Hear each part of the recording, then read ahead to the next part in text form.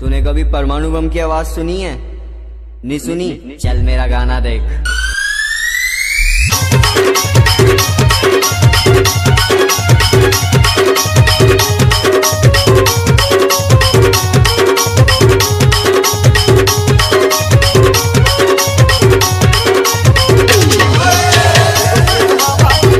DJ बल्लू धुले जल्दा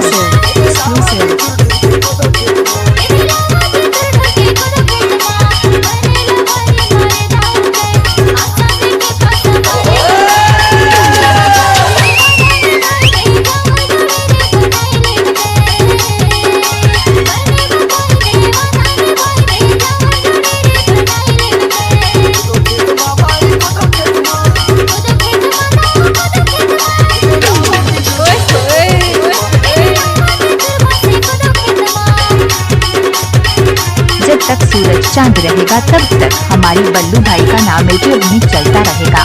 सही इसी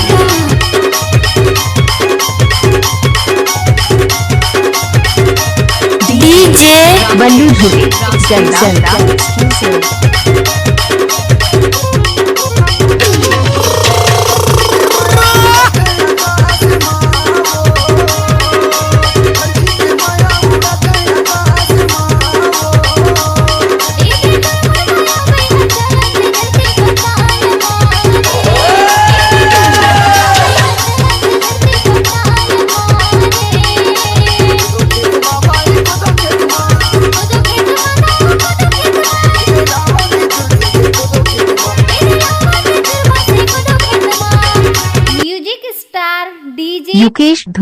युकेश धुर्वे जल्दा